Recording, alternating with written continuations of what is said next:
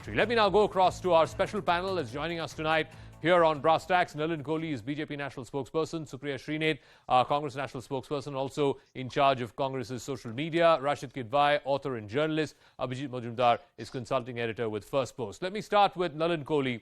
I said right at the top, this story goes beyond just symbolism. It's about aspiration, hope, and perhaps most importantly, a reflection of a new India where you don't have to be born into privilege, but through hard work, you can aspire to and can reach the highest office in the land.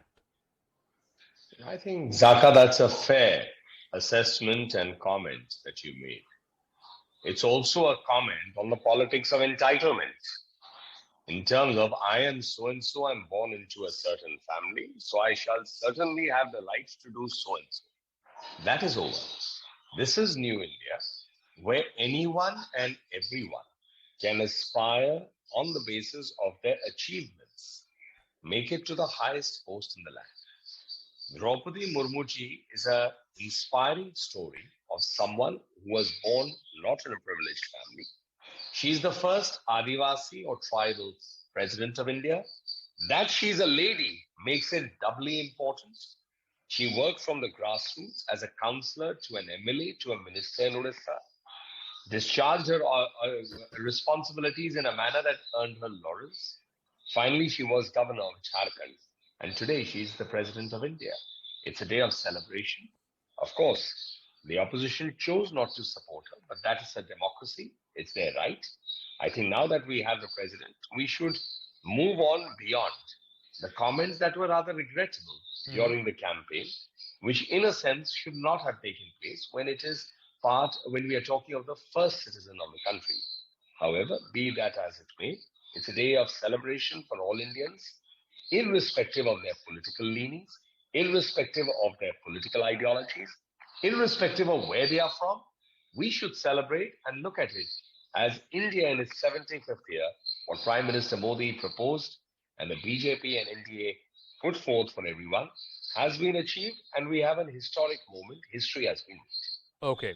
I want to ask Supriya Shrine, did the opposition miss a trick? I'll get into the cross-voting in a moment, but did the opposition miss a trick in as much as this was not just another election? The fact that India is getting its first tribal woman president of this country, it goes beyond politics. Should the opposition have sensed that mood amongst legislators themselves? And I believe that the numbers of cross-voting is a reflection of that leadership. So various opposition parties, not just the Congress, various opposition parties were simply not able to sense the historic nature of this election.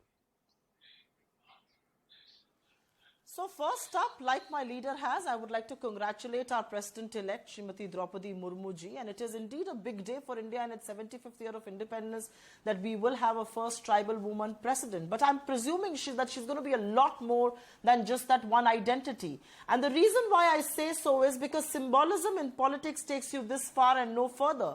We've had just demitting office Sri Kovind ji, who was a Dalit president.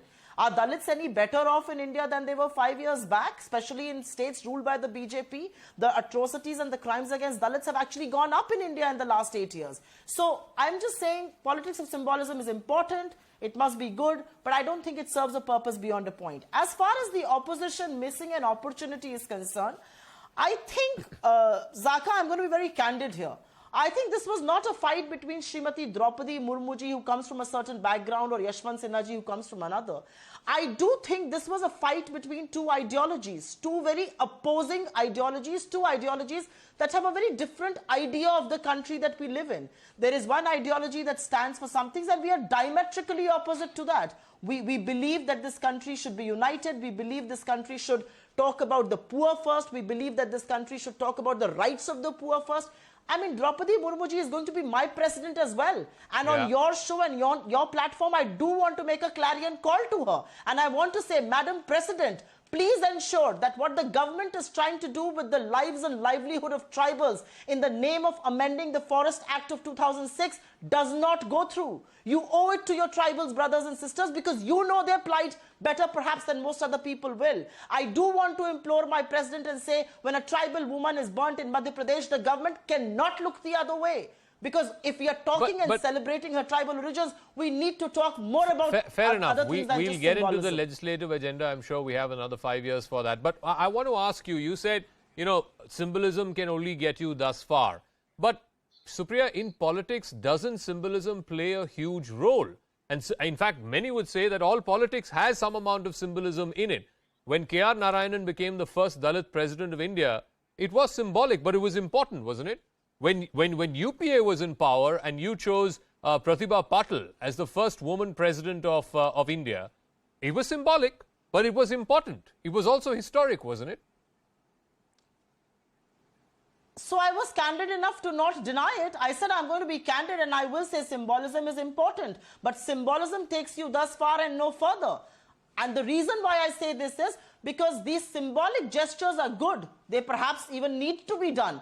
But are they going to affect the governance of this country? Are they going to make tribals and the way corporates are actually out there taking away their land and livelihood and facilitated by the government? That's all that I'm asking, because I think I want to go back 5 years when Mr. Kovind was elected, and I remember that day very distinctly. I will just say I was a journalist then.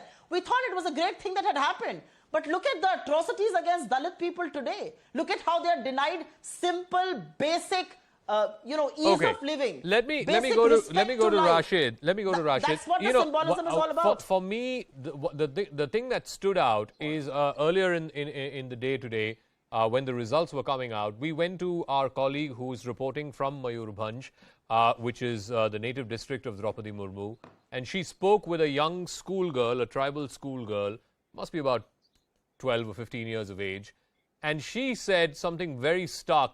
To me, that captures the essence of this election. She said, if Droupadi Murmu, coming from my same place, can today be in the highest office in this land, then that's an inspiration for all of us. She's sending out a message that so can I, and so can millions like me, who are just like her, who may not be born into a wealthy family, who may not be born into privilege, but if she can do it, then so can I. And I think that sums up why this election is historic. And to that extent, Rasheed, do you believe that in the 75th year of independence, maybe we should have thought beyond political lines, maybe the opposition should have come together with the government and said, okay, there is a historicity in this candidature, therefore we are suspending our political differences and we will back this candidate?